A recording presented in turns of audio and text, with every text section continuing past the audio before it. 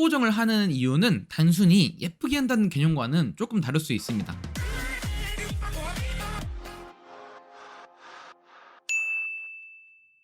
그럼 한번 PPM북을 살펴보겠습니다. 우리 모두 광고주 회의에 참여했다고 생각하고 보면 재밌을 것 같아요. 첫 번째 장에선 클라이언트, 광고주는 어디고 에이전시, 대행사는 어디고 제작사는 어디인지 보여주고 본격적인 PPM이 시작됩니다. 이 다음은 광고에 참여하는 스태프들에 대한 내용이에요. 마찬가지로 광고주, 대행사, 제작사 외에 크루라고 해서 촬영, 조명, 아트, 헤어 메이크업엔 누가 참여할 거고 이분들의 비상 연락망까지 적혀있는 걸 볼 수 있습니다. 그리고 하단엔 DI와 편집, 사운드 회사에 대한 정보가 들어간 걸 또 볼 수 있죠.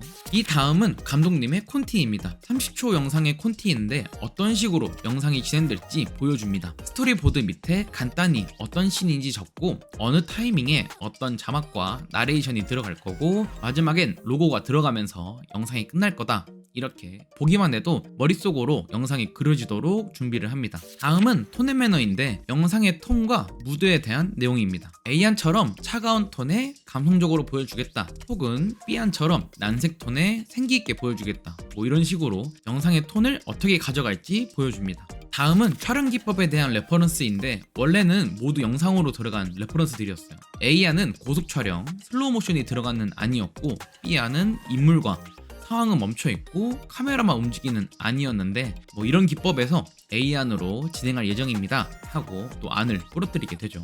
다음은 솔루션 컷의 이펙트에 대한 내용인데 우리가 주인공이 어떤 문제가 있었는데 그 문제가 해결될 때 인물이 막 화사해지면서 산뜻하게 해결된 영상들을 볼 수 있는데 그때 그 연출을 어떻게 가져갈지에 대한 내용들도 준비했어요. A안처럼 파티클과 함께 화사하게 연출을 할지 B안처럼 얼굴 위로 빛이 지나가게 연출을 할지도 준비했었습니다. 다음은 그래픽 피트 컷인데 우리가 샴푸 광고 같은 걸 보면 푸석푸석해진 머리가 제품과 만나면 어떻게 좋아질지 비포 애프터 컷이 있는데 이 부분들이 그래픽으로 어떻게 보여질지에 대한 내용입니다. 이때 아래처럼 후원업체 측에 미리 러프한 아트웍을 받아서 PPM에서 이런 식으로 제품이 보여질 거예요 느낌으로 준비를 했었습니다. 이때 PPM의 중요성이 나오는데 만약에 실제로 제품이 투명하지 않다면 광고주가 실작업을 들어가기 전에 피드백을 바로바로 줄 수 있어요. 뭐 저희 제품은 실제로는 흰색이에요 혹은 살짝 붉은색이에요 같은 피드백을 줘서 나중에 생길 수정을 최소한으로 줄일 수 있습니다.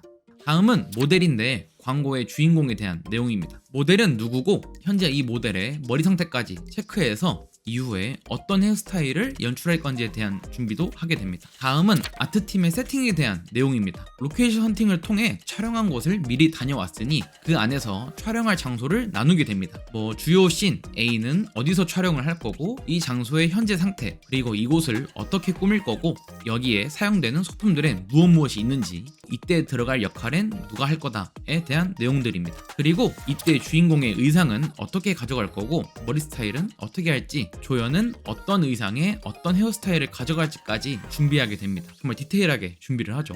이어서 촬영장에 대한 내용인데 뭐 촬영은 경기도 파주시 어떤 스튜디오에서 진행될 거다. 그리고 포스트 프로덕션에 대한 내용은 뭐 편집과 2D는 어디서 할 거고 사운드는 어디에서 진행할 겁니다 에 대한 내용이에요. 마지막으로 스케줄에 대한 내용인데 온에어 날짜를 기준으로 두고 이때 촬영을 하고 뭐 편집과 뭐 후반 작업은 언제 될 거고 뭐 1차 시사와 최종 시사는 언제로 할 예정입니다 하면서 PPM이 마무리되게 됩니다. 지금 보면 촬영하고 다음날 바로 편집하고 뭐 다음날 DI에 2D를 하는데 요즘엔 이렇게 살인적인 스케줄은 안 한다고 하더라고요. 지금 보면 사실 많이 빡센 스케줄이긴 합니다.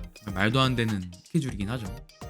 이렇게 PPM북을 살펴봤는데 이것만 보기엔 조금 아쉬워서 제가 한 편을 더 준비해봤습니다. 이번엔 종류가 조금 다른 식품 광고, 소시지 광고에 대한 PPM북을 가져와 봤어요. 이것도 살펴보면 재밌는 내용이 많아서 준비해봤습니다. 먼저 마찬가지로 톤 앤 매너, 영상의 톤을 이런 식으로 가져갈 겁니다 보여주는 장면이고 식품 광고니까 제품이 어떻게 보여줄지 세팅이 있어야겠죠. 이때 당시 소시지가 일반 소시지와 비엔나 소시지 등 다양한 형태가 있어서 각각 제품을 어떻게 보여줄지 레퍼런스를 또 찾게 됩니다. A처럼 그릴 소시지와 통마늘과 가니쉬들로 세팅을 할 거다, 혹은 B처럼 스크램블 에그와 함께 연출을 할 거다, 아니면 샐러드로 연출을 할 거다 등 다양한 형태로 촬영할 수 있도록 준비를 합니다. 다음으로는 촬영에 사용될 소품에 대한 내용입니다. 소시지가 만들어지는 과정을 보여주기 위해 충진기를 사용할 거고 그 옆에는 빈티지한 작은 소품들이 사용될 거다.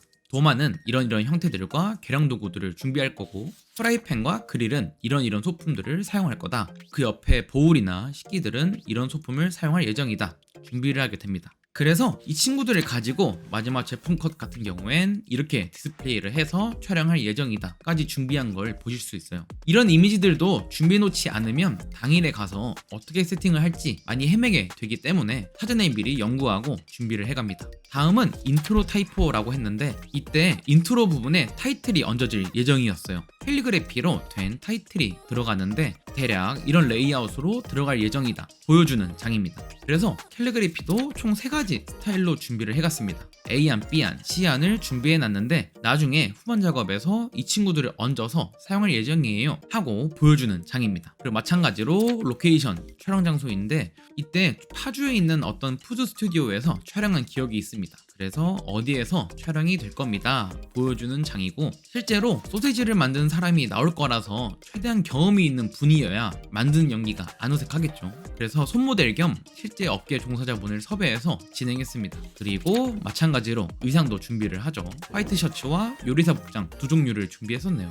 그리고 미리 준비한 BGM과 실제 섭외가 가능한 성우분들 샘플을 받아서 PPM 때 미리 사전에 보고를 했습니다. 네, 이렇게 광고의 핵심이라고 할 수 있는 PPM북을 보고 왔습니다. 보시는 것처럼 굉장히 디테일하죠.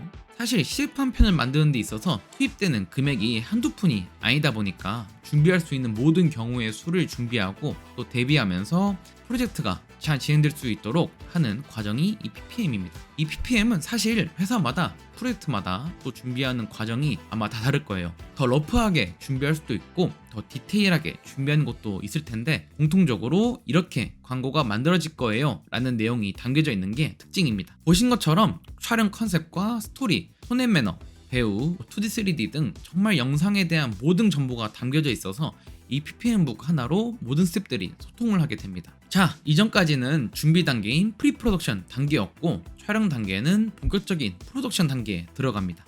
PPM북과 스텝 미팅, 타임 테이블을 통해 상세한 계획이 나왔으니 촬영 날에 집합해서 촬영을 합니다. 제가 처음 촬영할 때 되게 놀란 점이 있었는데, 저는 처음에 15초, 30초 광고 촬영한다고 하면은 길어봤자 4시간, 6시간 촬영하는 줄 알았는데 절대 아닙니다.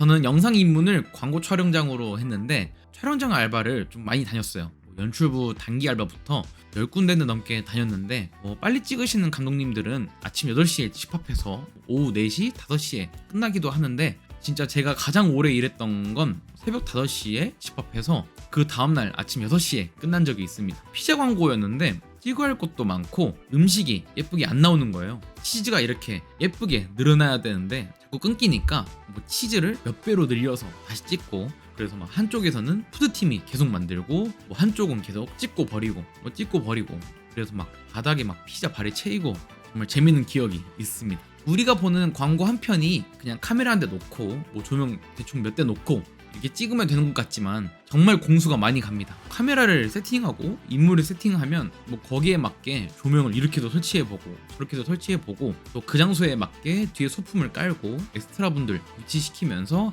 앵글도 보고, 또 필요에 따라 달리라고 하는 촬영 장비를 쓰는데 이 달리가 올라갈 기찻길 같은 레일을 또 깝니다. 하지만 촬영하는 바닥이 모두 평평한 게 아니기 때문에 이 웨지라고 하는 나무 토막으로 일일이 평을 다 맞춥니다. 거기에 같은 씬도 감독님 마음에 들 때까지 여러 테이크를 하겠죠. 다른 데서도 해보기도 하고, 게다가 NG가 나기도 하죠. 모델의 실수가 있을 수도 있고, 촬영 중인데 뒤에 사람이 또 지나갈 수도 있고, 휴대폰 벨소리가 울린다던가 파리가 날아든다거나 정말 다양한 변수가 있습니다. 이 모든 게 이 한 씬을 찍기 위한 모든 준비 과정이에요. 그래서 앵글이 바뀌면 앞에서 말한 모든 과정을 다시 처음부터 세팅해야 하기 때문에 촬영이 오래 걸릴 수밖에 없습니다. 이때 당시 연출부 하루 페이가 9만원에서 12만원이었는데 25시간 일한 피자 촬영장에서도 9만원 주더라고요. 자, 이제 이렇게 열심히 촬영한 촬영본 데이터를 가지고 편집실에 갑니다. 여기서부터 영상 제작 3번째 단계인 포스트 프로덕션에 해당돼요. 만약에 밤새 촬영을 했고 거기에 메인 카메라 외에 B캠, C캠까지 있다면 찍은 분량이 정말 어마어마하겠죠. 하루 종일 찍었으니까. OK 컷 외에 다른 모든 촬영 데이터들을 살펴보면서 스토리보드대로 15초 혹은 30초 등 정해진 초수대로 편집을 합니다. 이렇게 편집이 됐다면 편집된 파일을 다음 주자에게 넘기게 됩니다. 이 편집본을 더욱 화려하고 멋지게 만들어줄 팀들에게 보내는데 크게는 녹음실과 DI 합성인데 먼저 녹음실부터 한번 알아볼게요. 녹음실로 가면 영상에 맞게 음악을 선곡하고 거기에 맞는 효과음 작업을 하게 됩니다. 그리고 필요에 따라선 성우분들을 불러서 성우 녹음을 진행하죠. 대행사에서도 나와서 함께 진행을 하고 컨펌이 되면 이 음원들은 최종적으로 영상이 완성되는 합성팀으로 보내지게 됩니다. 사운드가 만들어지는 동시에 영상은 DI 작업도 거치게 됩니다. DI는 디지털 인터미디어트의 줄임말인데 우리가 휴대폰 카메라로 영상을 찍으면 영상 파일이 나오지만 사실 이 영상 파일로 만드는 과정에서 여러가지 색정보나 화질이 영상으로 만들어질 때 이 손실을 입게 됩니다. 우리가 옛날 밈이나 영상들을 보면 화질이 굉장히 열화된 자료들을 볼 수 있죠. 그래서 최대한 촬영한 원본 그대로를 가지고 여러가지 후보정을 해줘야 하기 때문에 화질이 좋고 색감과 노출, 화이트 밸런스가 보정하기에 좋은 가공되지 않은 이미지 파일, 로우 파일로 저장이 됩니다. 이 데이터를 가지고 변환하고 컬러 코렉션, 컬러 그레이딩, 우리말로 색보정을 하게 됩니다. 그래서 업계에선 DI라고 하면 보통 색보정을 뜻하고 예전 말로 NTC도 색보정을 뜻하기도 합니다. 색보정을 하는 이유는 단순히 예쁘게 한다는 개념과는 조금 다를 수 있습니다. 같은 카메라와 조명 상태로 피사체를 찍더라도 각도에 따라 색이 다르게 나오게 됩니다. 촬영 중에 바뀌는 날씨나 촬영 여건 또한 불균등한 톤을 만들어내고 게다가 야외 씬 같은 경우엔 영상에선 이어지는 씬이더라도 어떤 씬은 아침에 찍고 또 어떤 씬은 오후에 찍고 또 다음날에 찍는 경우들이 있기 때문에 이를 그대로 영상으로 사용하면 색이 튀는 경우가 있어서 자연스럽게 보이기 위해 보정을 해줘야 합니다. 특히 퀄리티가 생명인 CF에서는 이 영상을 이루는 단위인 프레임별로 이미지 한 장 한 장씩 색을 보정하게 됩니다. DI 하면 기억나는 에피소드가 하나 있는데 DI 작업실이 색을 다루다 보니까 굉장히 어두운 환경에서 작업을 하십니다. 장비들도 굉장히 막 우주선이나 DJ처럼 굉장히 멋진데 DI 실장님이 작업을 하시는데 특정 부분만 색이랑 막 밝기가 바뀌는 거예요. 저 신입 때 너무 신기해서 멍 때리면서 보다가 제가 질문을 드렸습니다. 실장님, DI로 어디까지 바꿀 수 있어요? 라고 했는데 굉장히 유쾌하신 실장님이셨는데 그분이 말씀하시길 이거 낮을 밤으로 만들고 밤을 낮으로 만들 수 있어요 라고 말씀을 하셨는데 굉장히 그 대사가 멋졌던 기억이 있습니다. 네, 이렇게 색보정을 해서 톤이 정해지면 이 데이터도 합성팀으로 보내게 됩니다. 이제 마지막으로 영상이 완성되는 합성 단계입니다. 덕션에서는 2D라고도 불렀는데 앞에서 작업된 사운드, 색보정된 영상, 그리고 필요에 따라 아트팀이나 VFX 팀에서 작업된 2D, 3D 리소스들을 받아서 모든 데이터를 취합하고 룩이 더 좋아지도록 합성해서 하나의 영상으로 만듭니다. 큰 규모의 회사들은 플레임이라는 합성 전문 장비를 사용하는데 우리가 가끔 포스트 프로덕션의 채용 공고를 보면 있는 플레임 팀이 바로 이 업무를 합니다. 합성이 끝나면 이제 대행사와 광고주분들 모두 오셔서 최종 시사를 거치고 수정하고 컨펌이 나면 우리가 TV에서 보는 광고 한 편이 완성됩니다. 오늘은 이렇게 우리가 보는 TV 광고 한 편이 어떻게 탄생하는지 과정을 한번 알아봤습니다. 가장 처음에 있었던 광고주 의뢰부터 최종 온에어까지 약 12개의 공정이 있었는데 굉장히 복잡하죠. 사실 저도 이 조감독, 연출부에서 일한 게 벌써 7, 8년 가까이 지난 것 같은데 제가 이걸 준비하면서 현업에 계신 분들에게 자문을 좀 얻었어요. 검수를 좀 부탁드렸는데 이 광고 현장 쪽 환경이나 처우, 또 예산이나 규모도 많이 달라졌다고 하더라고요. 게다가 프로젝트마다 만들어지는 프로세스가 다 전부 다릅니다. 예를 들어서 촬영이 없는 애니메이션 작업으로만 이루어진 것들도 있고 3D나 VFX의 비율이 훨씬 높은 프로젝트 등 그때마다 달라지기 때문에 대략 이런 과정들로 광고가 만들어지는구나 정도만 참고해 주시면 좋을 것 같습니다. 오늘 이야기가 재밌으셨다면 좋아요와 구독 부탁드리고 영상을 보신 후기나 궁금하신 점 또 다뤄줬으면 하는 점이 있다면 무엇이든 좋으니 댓글로 꼭 남겨주시길 바랍니다. 여러분들의 사소한 관심이 저에겐 영상을 만드는 정말 큰 원동력이 됩니다. 사실 그게 전부예요. 그럼 전 다음에 또 재밌는 이야기를 가지고 여러분들에게 찾아오겠습니다. 그럼 다음에 뵙겠습니다.